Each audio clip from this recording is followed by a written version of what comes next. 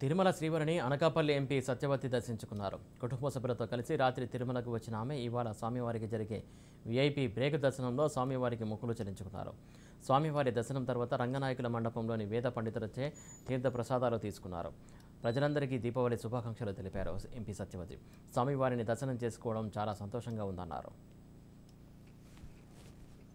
ఓం నమో వెంకటేశాయ.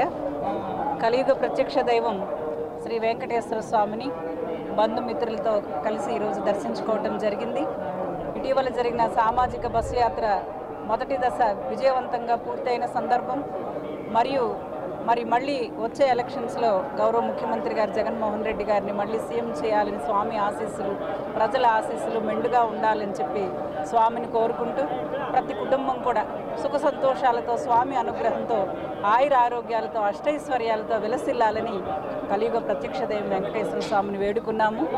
ఇక్కడ భక్తులకి ఎటువంటి అసౌకర్యం లేకుండా టీటీడీ దేవస్థానం అందరూ కూడా చక్కటి క్రమశిక్షణతో అన్ని ఏర్పాట్లు కూడా చక్కగా చేస్తూ ఉన్నారు.